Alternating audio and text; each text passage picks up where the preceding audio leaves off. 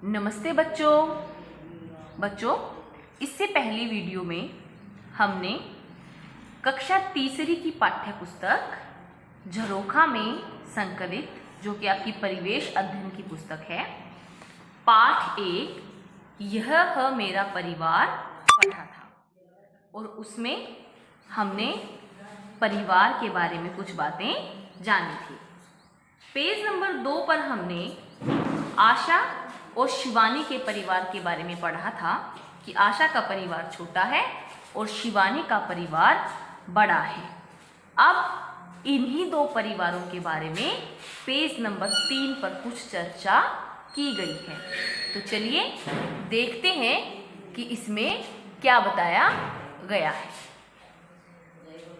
ऐसा करो, यहाँ पर आपको निर्देश दिए गए हैं कि आपको जैसा करने के लिए कहा गया है आप उस अभ्यास को उसी तरीके से भरोगे।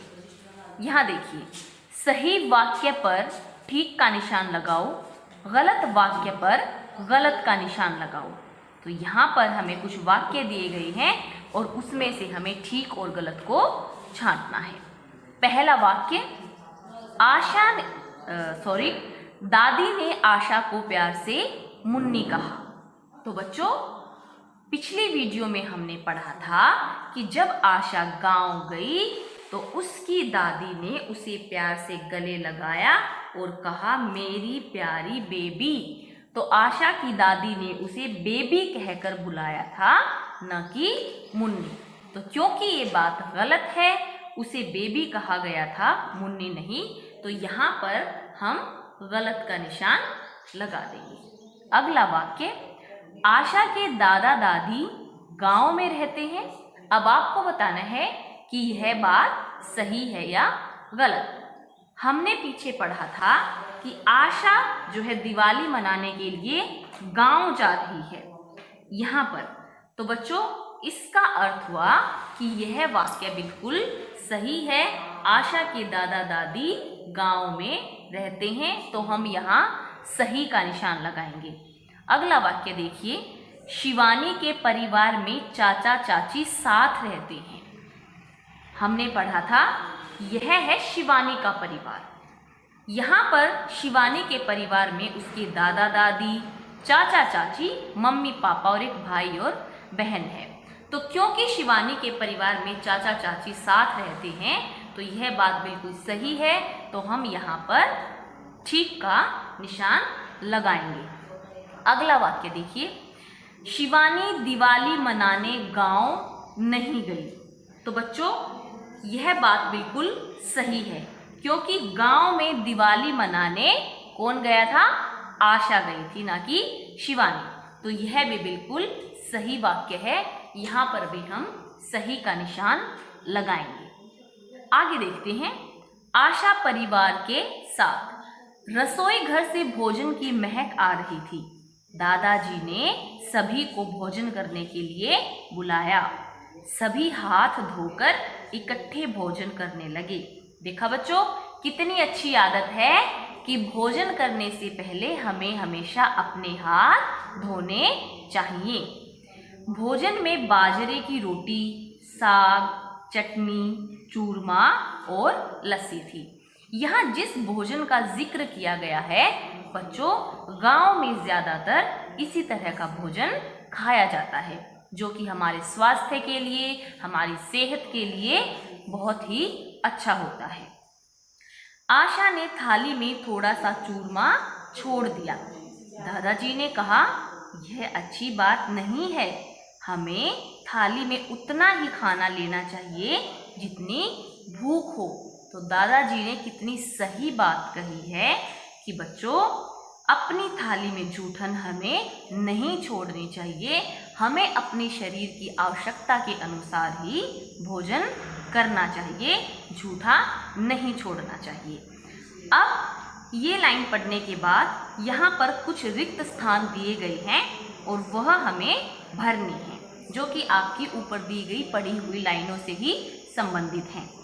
पहला, थाली में खाना जूठा खाली स्थान चाहिए। तो यहाँ पर आपके पास दो विकल्प हैं, दो ऑप्शन हैं, छोड़ना या नहीं छोड़ना। तो जैसा कुछ देर पहले ही मैंने आपको बताया कि थाली में खाना जूठा नहीं छोड़ना चाहिए, तो यहाँ पर हमारा विकल्प होगा नहीं छोड़ना चाहिए। आगे देखिए, हमें भोजन खालिस्तान करना चाहिए। अभी मैंने आपको बताया हाथ धोकर या बिना हाथ धोए। शाबाश, बिल्कुल सही। हमें भोजन हाथ धोकर करना चाहिए, है ना, कितना आसान। आगे देखिए, हमारे घर में खाना खालिस्तान बनाया जाता है। तो बच्चों बिल्कुल आसान है, हमारे घर में खाना कहाँ बनता है? सीधी सी बात है, रसोई घर में, ना कि कमरे में। तो सही विकल्प होगा रसोई घर में।